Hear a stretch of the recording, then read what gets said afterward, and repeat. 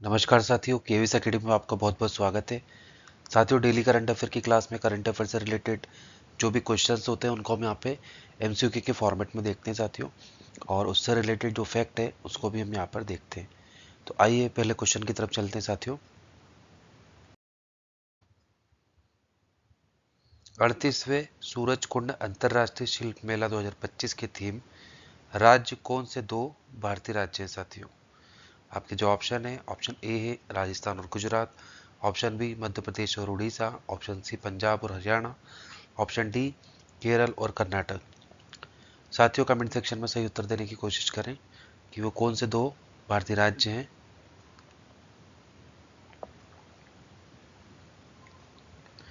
साथियों, यहाँ पे सही उत्तर है ऑप्शन बी मध्य प्रदेश और उड़ीसा। ठीक है, आइए अगला क्वेश्चन देखते हैं।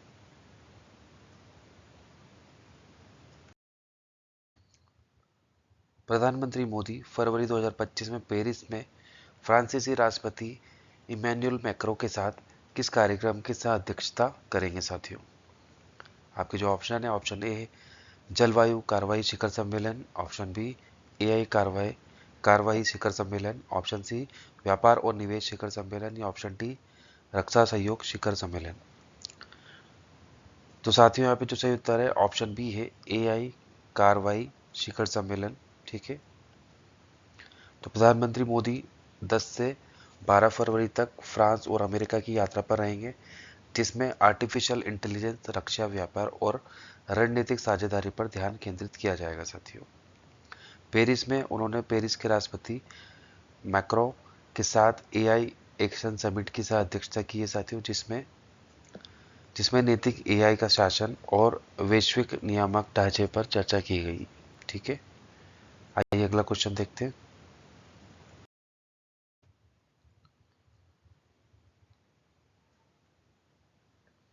फरवरी 2025 में भारत ने नए सौर ऊर्जा क्षमता में कौन सा ऐतिहासिक मील का पत्थर हासिल किया साथियों? क्या अचीवमेंट किया आपको ही बताना है। आपके जो ऑप्शन है, ऑप्शन है 50 gigawatt, option B 75 gigawatt, option C 100 gigawatt, या ऑप्शन डी 150 गीगावाट। तो साथियों, कमेंट सेक्शन में सही उत्तर देने की कोशिश करें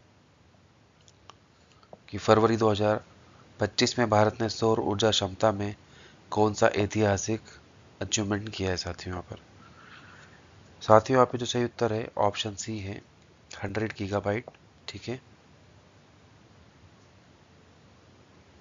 भारत ने स्थापित सौर ऊर्जा क्षमता के 100 गीगावाट को पार कर लिया साथियों, जो एक ऐतिहासिक अचीवमेंट है और अक्षय ऊर्जा में वैश्विक नेता के रूप में स्थिति को मजबूत करता है।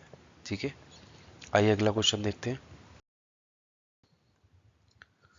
7 फरवरी 2025 को भारतीय रिजर्व बैंक आरबीआई ने रेपो दर में कितने आधार के अंकों की कटौती की साथियों?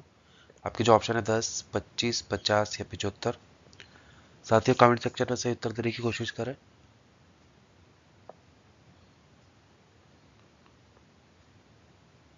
साथियों, यहाँ पे जो सही उत्तर है ऑप्शन बी है 25। ठीक है, तो आरबीआई द्वारा जो नए रेपो रेट है साथियों, ठीक है, तो उसमें जो अंकों की 25 अंकों की कटौती की गई है। भारतीय रिजर्व बैंक ने पॉलिसी रेपो दर को 25 आधार अंकों से घटाकर 6.5% से 6.25% कर दिया, जो लगभग 5 वर्षों में पहली दर कटौती थी साथियों। ठीक है, आइए अगला क्वेश्चन देखते हैं।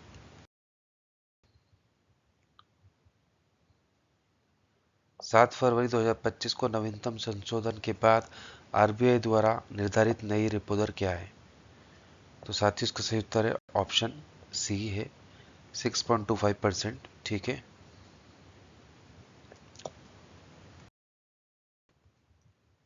किस मंत्रालय ने शतावरी बेहतर स्वास्थ्य के लिए नामक अभियान शुरू किया है साथियों? आपके जो ऑप्शन है, ऑप्शन ए है महिला एवं बाल विकास मंत्रालय, ऑप्शन बी आयुष मंत्रालय, ऑप्शन सी स्वास्थ्य मंत्रालय, ऑप्शन डी गृह मंत्रालय। साथियों, कमेंट सेक्शन में सही उत्तर देने की कोशिश करें।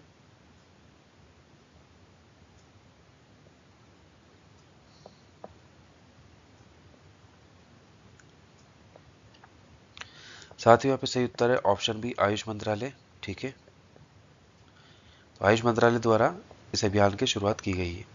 आइए इसके बारे में देखते हैं साथियों। औषधि पौधों के बारे में जागरूकता बढ़ाने के लिए शतावरी बेहतर स्वास्थ्य के लिए अभियान शुरू किया गया साथियों। इसका उद्घाटन किसने किया है? आयुष मंत्रालय के जो राज्य मंत्री हैं, स्वतंत्र प्रभार है जिनके पास, श्री प्रताप राव जाधव ने। ठीक है। इस अभियान का जो नेतृत्व है राष्ट्रीय औषधि पादप बोर्ड कर रहा है साथियों। इसने पहले आंवला, मोरिंगा, गिलोय और अश्वगंधा को बढ़ावा दिया है। शतावरी को बढ़ावा देने के लिए पात्र संगठनों को 18.9 लाख की वित्तीय सहायता दी जाएगी। ये पहले पारंपरिक चिकित्सा और समग्र स्वास्थ्य पर भारत के फोकस को मजबूत करता है साथियों। ठीक है, तो इन सारी चीजों को बढ़ावा दिया जा रहा है इस मंत्रालय द्वारा। आइए अगला क्वेश्चन देखते हैं। पोंगडेम झील वन जीव अभ्यारण्य किस राज्य में स्थित है साथियों? ये आपको बताना है। आपके जो ऑप्शन है Himachal Pradesh, option B Uttarakhand, option C Madhya Pradesh या ऑप्शन डी महाराष्ट्र। तो साथियों यहाँ पे सही उत्तर देने की कोशिश करें कमेंट सेक्शन में।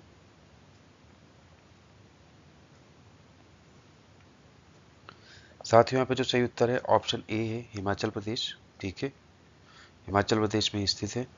आइए इसके बारे में देखते हैं। पोंगडेम झील वन्यजीव अभ्यारण्य में 2025 की वार्षिक पक्षी गणना में 97 प्रजातियों के 1,53,719 पक्षी दर्ज किए गए हैं, जो अब तक के सबसे अधिक है। ठीक है।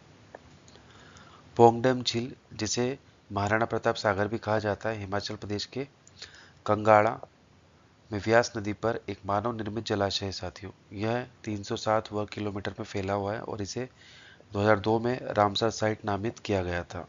ठीक है। अभ्यारण्य में 220 से अधिक पक्षी प्रजातियां हैं, जिनमें बार हेडेड गीज, पिंटेल, बगुले शामिल है साथियों। ठीक है।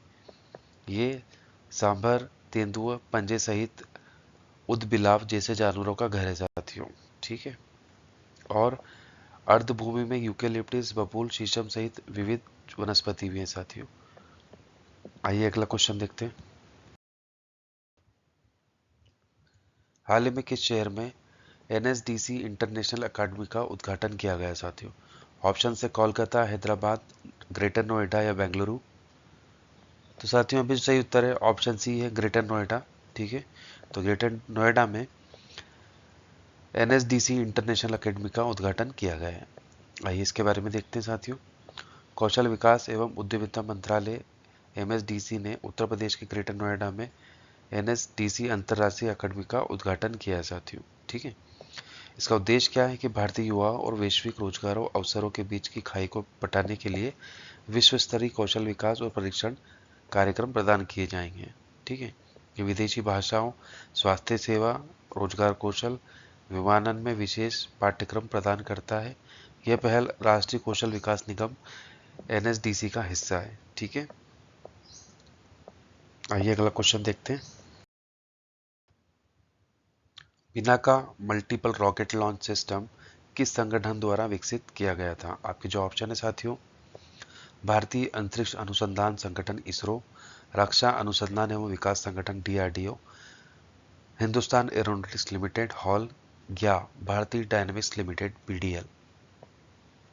तो साथियों कमेंट सेक्शन में बताएं जो Pinaka multiple rocket launch system है वो किसके द्वारा विकसित किया गया है।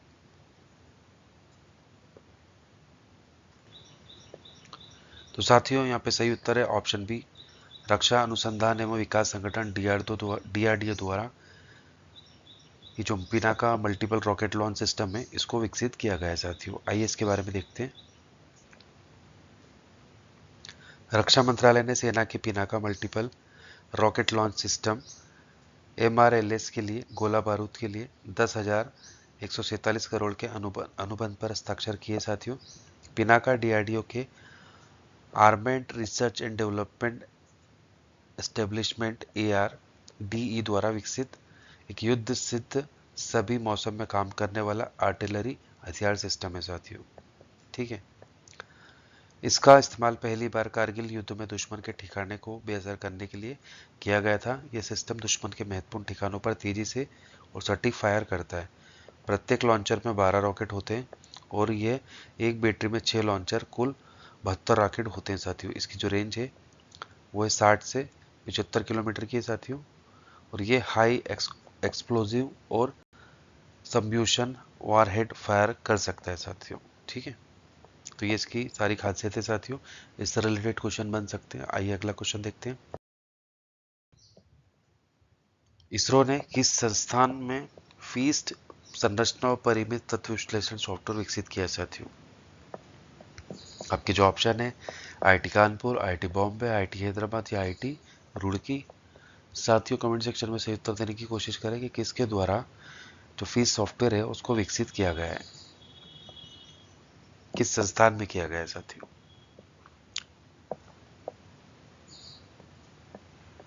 साथियों यहाँ पे जो सही उत्तर है ऑप्शन सी है, आईआईटी हैदराबाद। ठीक है, आइए इसके बारे में देखते हैं।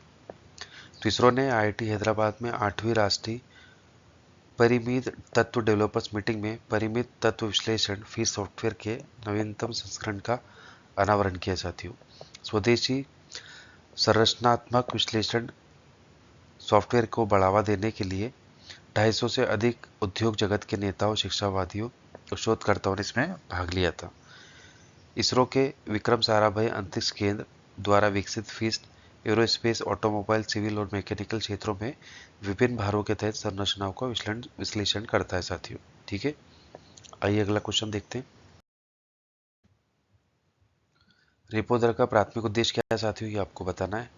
ऑप्शन ए है बाजार में मुद्रा आपूर्ति को विनियमित करना और मूल्य मुद्रास्फीति से निपटना। ऑप्शन बी है परिचालन बैंक दरों का निर्धारण करना। ऑप्शन सी है बैंकों के लिए धन की उपलब्धता बढ़ाना। या ऑप्शन डी है उपभोक्ता मांग को प्रोत्साहित करना साथियों। तो साथियों यहाँ पे सही उत्तर है ऑप्शन ए है बाजार में मुद्रा आपूर्ति को विनियमित करना और मूल्य मुद्रास्फीति से निपटना। ठीक है, यही इसका सही उत्तर है। रेपो दर का जो प्राथमिक उद्देश्य होता है यही होता है साथियों। आइए अगला क्वेश्चन देखते हैं। भारत और म्यांमार के संदर्भ में एफएमआर का अर्थ क्या है साथियों? आपके जो ऑप्शन है विदेश मंत्रालय का संकल्प। ऑप्शन बी है मुक्त आवागमन व्यवस्था। ऑप्शन सी है भारतीय आवागमन प्रतिबंध। या ऑप्शन डी सीमा प्रबंध विनियम। साथियों कमेंट सेक्शन में सही उत्तर देने की कोशिश करें।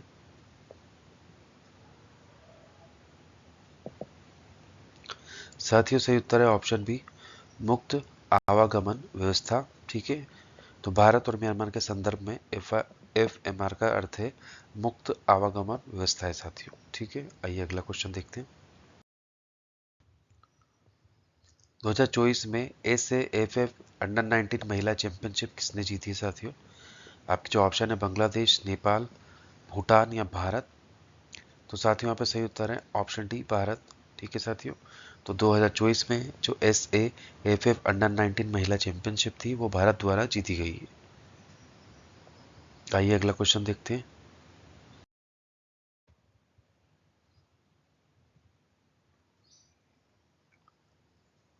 हाल ही में कोलकाता स्थित भारतीय सेना की पूर्वी कमान के मुख्यालय फोर्ट विलियम का नाम बदलकर क्या रखा गया है साथियों, ये आपको बताना है।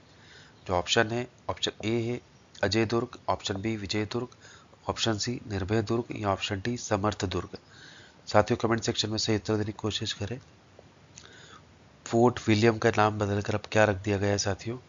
जो कोलकाता स्थित है भारतीय सेना की पूर्वी कमान के मुख्यालय साथियों, मुख्यालय।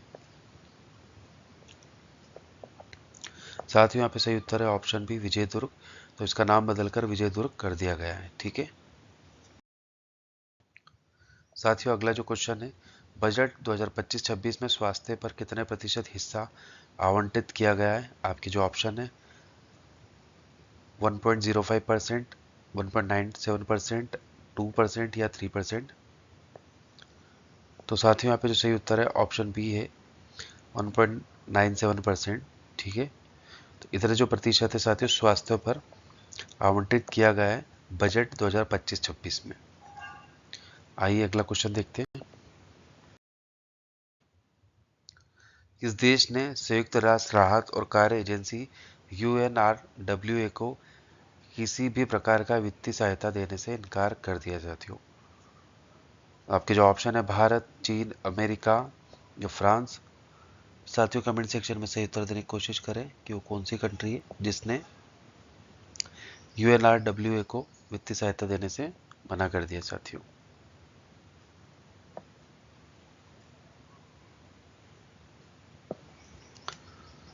साथियों यहाँ पे जो सही उत्तर है ऑप्शन सी है, अमेरिका। ठीक है,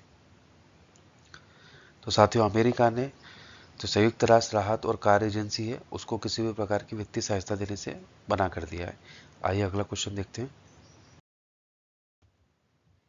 हाल ही में सरकार ने कितने उत्पादनों के लिए गुणवत्ता नियंत्रण आदेश QCO अनिवार्य कर दिया है साथियों? तो आपके जो ऑप्शन है 150 उत्पाद, 175 उत्पाद, 200 उत्पाद या 225 उत्पाद। तो साथियों यहाँ पे जो सही उत्तर है ऑप्शन ए है 150 उत्पाद। ठीक है, आइए अगला क्वेश्चन देखते हैं। सरकार द्वारा अच्छे ड्राइवरों को प्रशिक्षित करना और दुर्घटनाओं को कम करने के लिए कितने केंद्र विकसित किए जाएंगे साथियों? तो आपके जो ऑप्शन है 1500 केंद्र, 1600 केंद्र, 1700 केंद्र या 1800 केंद्र। साथियों कमेंट सेक्शन में सही उत्तर देने की कोशिश करें।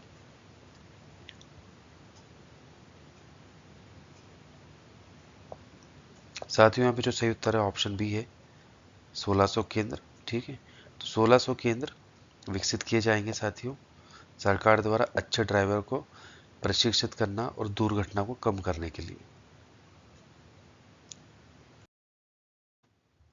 साथियों अगला क्वेश्चन है कि वर्तमान में भारत की उर्वरक उत्पादन क्षमता कितने लाख मीट्रिक टन हो गई है?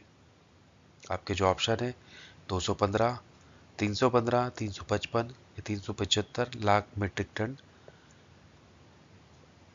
तो साथियों यहाँ पे जो सही उत्तर है ऑप्शन बी है 315 लाख मीट्रिक टन है साथियों। ठीक है, तो ये वर्तमान में भारत की उर्वरक उत्पादन क्षमता है। आइए अगला क्वेश्चन देखते हैं। International Big Cat Alliance IBCA का मुख्य उद्देश्य बिग कैट की कितनी प्रजातियों को संरक्षण करना है साथियों? 5 प्रजाति, 7 प्रजाति, 2 प्रजाति या 11 प्रजाति? साथियों कमेंट सेक्शन में इसका सही उत्तर देने की कोशिश करें।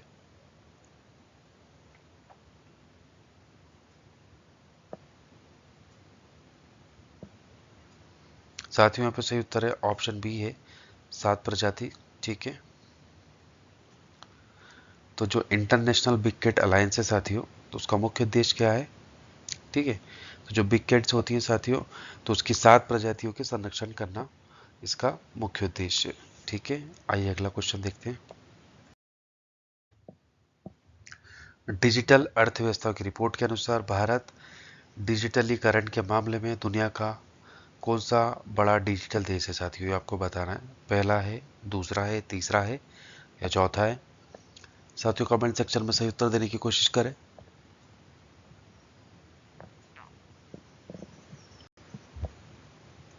साथियों यहाँ पे सही उत्तर है ऑप्शन सी, तीसरा। तो तीसरी हमारी यहाँ पर रहेंगे साथियों। ठीक है, आइए अगला क्वेश्चन देखते हैं।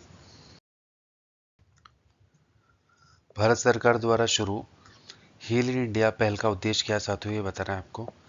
आपकी जो ऑप्शन है स्वास्थ्य पर्यटन को बढ़ावा देना, ज्ञान विज्ञान को बढ़ावा देना, योग का प्रचार करना या आध्यात्मिक ज्ञान को बढ़ावा देना? साथियों यहाँ पे जो सही उत्तर है ऑप्शन ए है स्वास्थ्य पर्यटन को बढ़ावा देना। ठीक है, आइए अगला क्वेश्चन देखते हैं। वर्ष 24-25 में सूक्ष्म और मध्यम उद्योगों का निर्यात बढ़कर लगभग कितना हो गया है साथियों? आपके जो ऑप्शन है इस प्रकार है 10.40 लाख करोड़ रुपए, 11.40 लाख करोड़ रुपए, 12.40 लाख करोड़ रुपए या ऑप्शन डी है 13.40 लाख करोड़ रुपए। तो साथियों यहाँ पे जो सही उत्तर है ऑप्शन सी है 12.40 लाख करोड़ रुपए। ठीक है साथियों,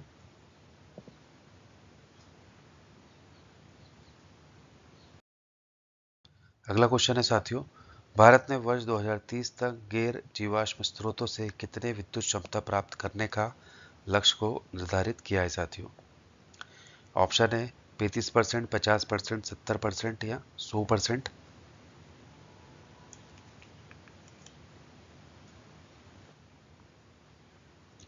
साथियों यहाँ पे जो सही उत्तर है ऑप्शन बी है 50%। ठीक है, तो भारत ने जो हमारा वर्ष 2030 तक गैर जीवाश्म स्रोतों से 50% विद्युत क्षमता अपने प्राप्त करने का लक्ष्य रखा है साथियों। ठीक है, आइए अगला क्वेश्चन देखते हैं। अमेरिका के बाद हाल ही में किसने WHO से बाहर निकलने की घोषणा की है? तो आपके जो ऑप्शन है साथियों, ब्रिटेन, जापान, कनाडा या अर्जेंटीना। साथियों कमेंट सेक्शन में सही उत्तर देने की कोशिश करें।